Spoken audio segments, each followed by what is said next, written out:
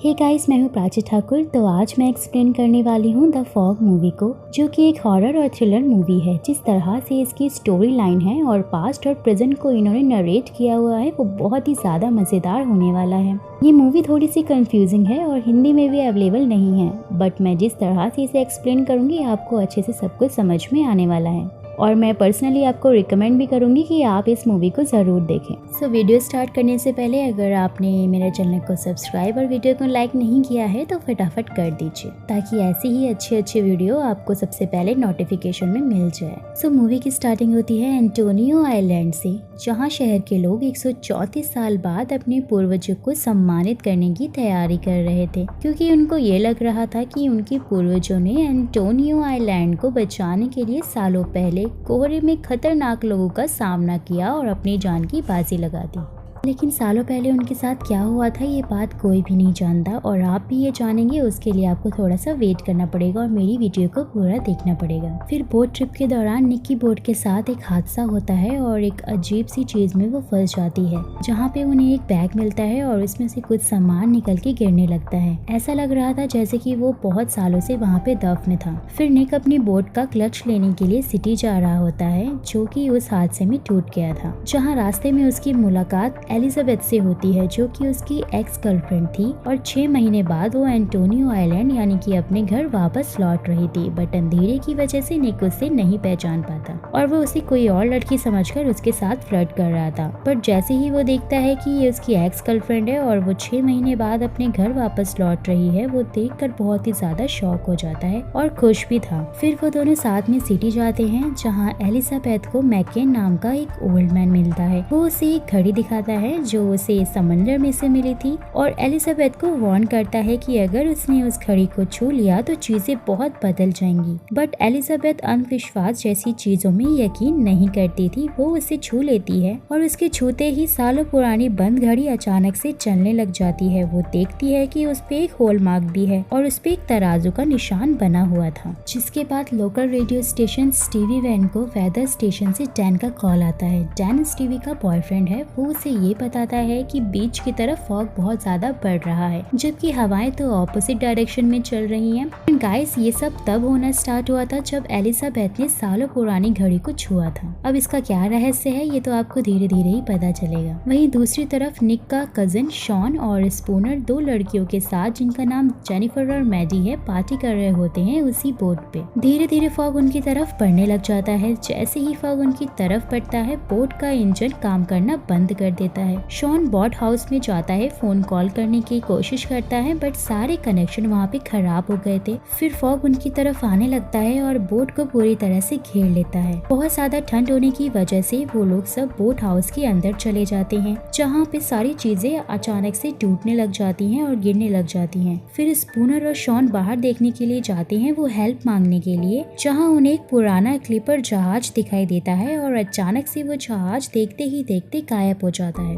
फिर Jennifer boat house की window पे तराजू का निशान बनाने लग जाती है और अचानक से एक अदृश्य शक्ति उन पे अटैक करती है और दोनों लड़कियों को बहुत ही बुरी तरह से मार देती है। शॉन पे भी चाकू से वार करके वो उसे मार देती है। जिसके बाद एलिजाबेथ अपनी मॉम से मिलने के लिए जा रही होती है। वो उनसे मिलती है, बट आपसी अनबन के कारण वो वहाँ नहीं रुकती। जिसके बाद निक उसे अपने साथ चलने के लिए ऑफर करता है। वो दोनों गाड़ी में बैठ के जा रहे होते हैं कि एक अदृश्य शक्ति उन पे भी अटैक करती है और उनकी गाड़ी का ग्लास टूट जाता है। फिर फादर मेलन उन्हें मिलते हैं और वो उन्हें कुछ रिवेंज वगैरह की बातें कर रहे होते हैं। वो कहते हैं कि खून के बदले खून। वो ऐसा क्यों कहते हैं ये आपको थोड़ी देर में पता चल जाएगा। जिसके बाद एलिजाबेथ और निक घर चले जाते हैं। यहाँ पे एलिजाबेथ को नाइटमेयर्स आ रहे होते हैं और वो डरकर उठ जाती है। वो निक को ये बताती है कि उसे नाइटमेयर पहले भी आते थे, इसलिए वो आइलैंड छोड़कर चली गई थी। बट अब वो इन सबको जानने के लिए वापस आई है कि उसके साथ में ऐसा आखिर क्यों होता है। सपनों में उसे चलते हुए लोग दिखाई देते हैं और वो खुद को पानी में डूबता हुआ पाती है। अपने सवालों का जवाब पाने के लिए एलिजाबेथ नेट पर होल मार्क को सर्च करती है, जो कि उसे उस घड़ी पे मिला था और उसके सपनों में भी काफी बार वो साइन आ चुका है। लेकिन यहाँ कंप्यूटर खराब हो जाता है और इसकी स्क्रीन पर उसे डेन शब्द दिखाई देता है। फिर सडनली रूफ से पानी टपकने लगता है और किसी के पैरों के निशान बनने लग जाते हैं। दरवाजे पे अचानक से दस्तक होती है। वो बाहर जाकर देखती है और समंदर की ओर बढ़ती चली जाती है, जहाँ सिर्फ कोहरा उसे घेर लेता है और कोई भी वहाँ पे नहीं था। बट निक यहाँ पे आ जाता है और उसे वापस घर के अंदर ले आता है। फिर नेक्स्ट डे एंडी, जो कि स्टीव का बेटा है, उसे समंदर के किनारे एक कॉम मिलता है, यानी कि कंघा, जो काफी पुराने जमाने का लग रहा था। उसे लेकर वो अपनी मॉम स्टीवी के पास जाता है और उन्हें दिखाता है, जिस पर सेम वैसा ही तराजू का निशान दिखा जैसा कि उस घड़ी पे, जो कि एलिजाबेथ के पास में है। फिर निक के अंकल हैंक उसे बताते हैं कि उनकी बोट लापता हो गई है और स्पूनर का भी कुछ पता नहीं चल रहा है। वो बोट लेकर गया था लेकिन अब तक वापस नहीं आया। फिर एलिजाबेथ और निक बोट ढूंढने के लिए समंदर में जाते हैं, जहाँ उन्हें समंदर के बीचों बीच बोट तो मिल जाती है। बोट की हालत देख के वो अंदाजा लगाते हैं कि यहाँ कुछ तो गलत हुआ है। इसके बाद निक को शॉन की लाश बोट हाउस में मिलती है और वो दोनों लड़कियों को भी मरा हुआ पाते हैं। उनकी लाश उन्हें पानी से मिलती है। फिर एलिजाबेथ को नीचे फ्रीजर में स्पूनर मिलता है, जो कि जिंदा था और कोहरे से डरकर वो फ्रीजर में छुप गया था। उसका कहना था कि फॉग ने ही इन सब लोगों को मारा है और वो फ्रीजर में नहीं आता। फिर पुलिस वहाँ पे आ जाती है और इन्वेस्टिगेशन स्टार्ट हो जाती है। मेयर टॉम मेलोन, जो कि फादर मेलोन के पिता हैं, वो यहाँ पे इस केस में इन्वेस्टिगेशन करवा रहे थे।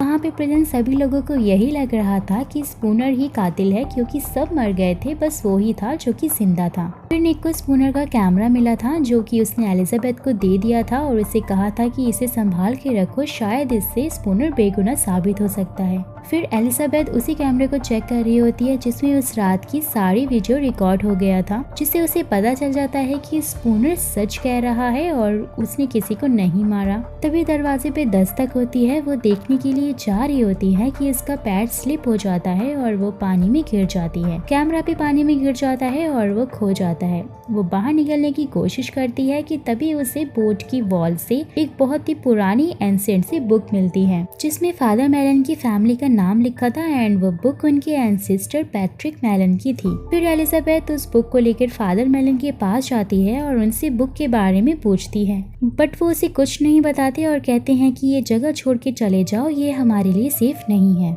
फिर वो निक के पास जाती है उसे सब सच बताने के लिए। वहाँ पे निक मेयर टॉम के साथ में होता है, जो कि उसे उस चाकू के बारे में बता रहे थे जिससे उसकी कजन शॉन की मौत हुई थी, और वो इन सब के लिए स्पूनर को जिम्मेदार ठहरा रहे थे। बट वो कैमरा पानी में गिर गया था और उनके पास कोई सबूत भी है। फिर एलिजाबेथ मॉर्ग में जाती है और उन तीनों लोगों की लाशों को देख रही होती है कफन हटाकर, कि तभी शॉन की डेड बॉडी उठती है और जलकर उसके पास आती है। फिर वो एलिजाबेथ को बोलती है कि खून के बदले खून, और वहीं गिर जाती है। जिसके बाद एलिजाबेथ निक को सब बताती है और वो उसे एंशिएंट बुक को भी दिखाती है, जो कि उसे उसके बोट हाउस में मिली थी, जिसमें उसके सारे सपने लिखे हुए थे। एंड गाइस, फाइनली यहाँ पे मूवी का सारा रहस्य खुलता है। ये सब क्या हो रहा था, ये फॉग लोगों को क्यों मार रहा था, और सब कुछ यहाँ पे अब पता चलता है। सो गाइस, दरअसल वो किताब पैट्रिक मेलोन की लिखी गई थी, जो कि फादर मेलोन के पूर्वज थे, जैसे कि मैंने आपको पहले ही बताया। सन 1871 में प्रिंस विलियम आइलैंड एक बहुत ही बड़ा व्यापारिक अड्डा हुआ करता था, जहाँ पे सोना, चांदी, लोहा और बहुत से सामानों का लेन देन भी चल रहा था, जिससे काफी सारे लोग रातों ही रात अमीर बन गए थे। बट कोर्ट की एक ऐसी बीमारी फैली वहाँ पे, जिसने कि उनका पूरा आइलैंड उजाड़ दिया था। और जो लोग बच गए थे, वो लोग जहाज से, जिसका नाम एलिजाबेथ डैन था, वो उस जहाज से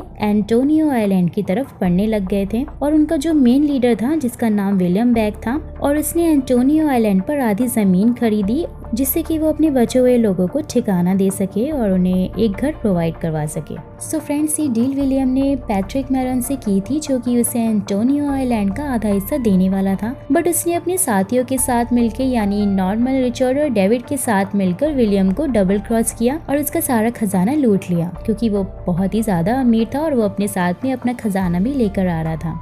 सिर्फ इतना ही नहीं, उन्होंने एलिजाबेथ डैन यानी उनके जहाज को पूरी तरह से लूटने के बाद उसे पूरी तरह से आग लगा दी थी, जिसमें हर आदमी, औरत और बच्चे भी जल के मर गए थे। बचने की कोशिश में विलियम और उसकी वाइफ जहाज से कूद तो गए थे, बट वो लोग बच नहीं पाए और डूबकर वो भी वहीं पे मर गए। जब ये हादसा उनके साथ हो रहा था, तो वो पूरी रात एक बहुत ही भयंकर कोहरे की रात थी, और उन बेचारों के साथ इतना बुरा हुआ, उस कोहरे की एक रात ने उनकी पूरी जिंदगी को खत्म कर दिया। इसलिए वो एंटोनियो आइलैंड के लोगों से बदला लेने के लिए आए हैं, क्योंकि उनके पूर्वजों ने ही ये सब कुछ किया था और ये भी अब उन्हीं के वंशज हैं। पहले एंटोनियो आइलैंड काफी ज्यादा गरीब हुआ करता था, बट 1871 की उस घटना के बाद सब कुछ डेवलप हो गया, क्योंकि पैट्रिक मेलोन और उसके साथियों ने एलिजाबेथ डैन से जो भी खजाना लूटा था उससे उन्होंने पूरे एंटोनियो आइलैंड को बदल के रख दिया। यानी जिस जमीन को विलियम ब्लैक ने खरीदा था वो पूरा आइलैंड उस जमीन के ऊपर बना हुआ था। अब पूर्वजों के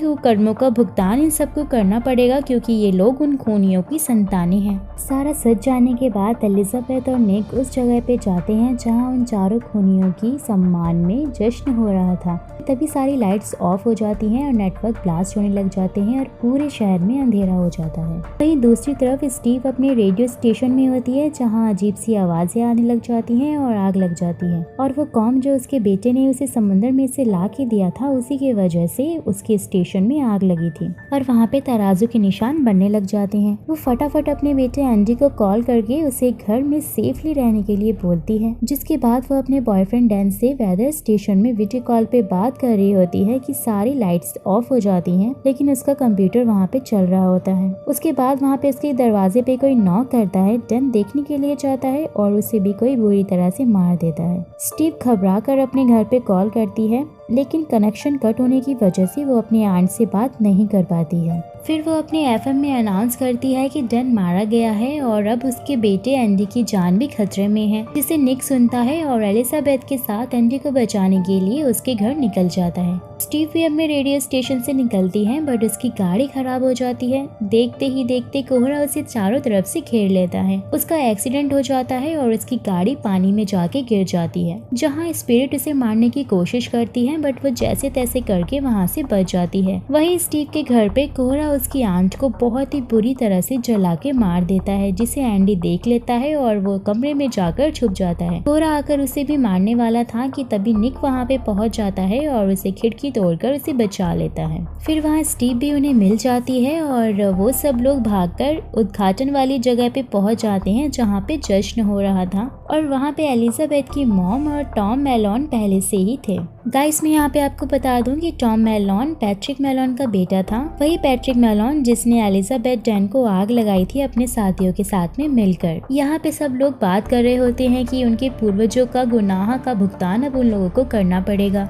यहाँ आपके मन में ये सवाल उठ रहा होगा कि विलियम ब्लैक सिर्फ इन्हीं लोगों को क्यों मार रहा है। वो उन्हें इसलिए मार रहा था क्योंकि जिन 4 लोगों ने उनके जहाज एलिजाबेथ को जलाया था ये सब उन्हीं के वंशज हैं, यानी कि एक तरह से उनकी संतानें हैं। इसलिए वो इन सब को मारकर अपना बदला पूरा कर रहा है। एलिजाबेथ की मॉम को वो मार देते हैं क्योंकि वो डेविड की संतान थी। फिर वो सबको मारने लग जाते हैं और फादर मेलन जो कि पैट्रिक मेलन का पोता है उसे भी पूरी तरह से वो मार देता है। टॉम मेलन को मारते हुए वो कब्रिस्तान में लेकर जाते हैं और उन्हें भी जला देते हैं और वो भी वहाँ पे मर जाता है। वहाँ एलिजाबेथ और निक सब छुपकर देख रहे होते हैं। बट गाइस, सबसे बड़ा ट्विस्ट तो अब यहाँ पे आने वाला है, जब आपको ये पता चलेगा कि डेविड की संतान होने के बाद भी विलियम ने एलिजाबेथ को क्यों नहीं मारा, जबकि उसकी माँ को तो उसने मार दिया था। तो वो उसने इसलिए नहीं मारा था क्योंकि वो उनकी वाइफ का पुनर्जन्म थी। जी हाँ दोस्तों, वो पुराना सामान जो हमने देखा हुआ था, वो घड़ी, जला हुआ कंघा और भी काफी सामान वहाँ पे पड़ा था, वो सारा का सारा सामान उसी का था। इसलिए एलिजाबेथ को ऐसे सपने आते थे और वो सालों पुरानी घड़ी भी इसलिए उसके छूने से चलने लगी थी क्योंकि वो घड़ी उसी की थी। जिसके बाद से ये सारे हादसे होने स्टार्ट हुए थे। विलियम ब्लैक अपनी वाइफ को वापस लेने के लिए आए थे और इस तरह से वो अपने और अपने लोगों की मौत का बदला ले लेता है। सारा सच जानने के बाद एलिजाबेथ विलियम के भूत के पास जाती है। दोनों लोग किस करते हैं। निक वहाँ पे खड़ा होकर सब कुछ देख रहा था, बट वो कर भी क्या सकता था क्योंकि आखिरकार एलिजाबेथ विलियम की वाइफ का पुनर्जन्म थी और देखते ही देखते वो लोग वहाँ से गायब हो जाते हैं। नेक्स्ट डे स्टीव अपने रेडियो स्टेशन पे पूर्वजों की सच्चाई सारे शहर के सामने बता रही होती है और निक पैट्रिक मेलन की उस बुक को समंदर में फेंक देता है, जिसकी वजह से उन्हें सारे सच का पता लगा था। सो गाइस, इस तरह से इस हॉरर थ्रिलर मूवी का यहीं पे दी एंड हो जाता है और अब आप मुझे कमेंट करके ये बताएंगे कि आपको ये स्टोरी कैसी लगी। क्योंकि मैंने इस मूवी पे बहुत ही ज़्यादा मेहनत की है, तो मैं चाहूँगी कि आप इसे लाइक कर दें और मेरे चैनल को सब्सक्राइब कर दें, ताकि नेक्स्ट टाइम मैं इससे भी अच्छी मूवी आपके लिए लेकर आऊँ और आपको वो बहुत ही ज़्यादा पसंद आए। तो मिलते हैं अगली वीडियो में, अभी के लिए टाटा बाय बाय।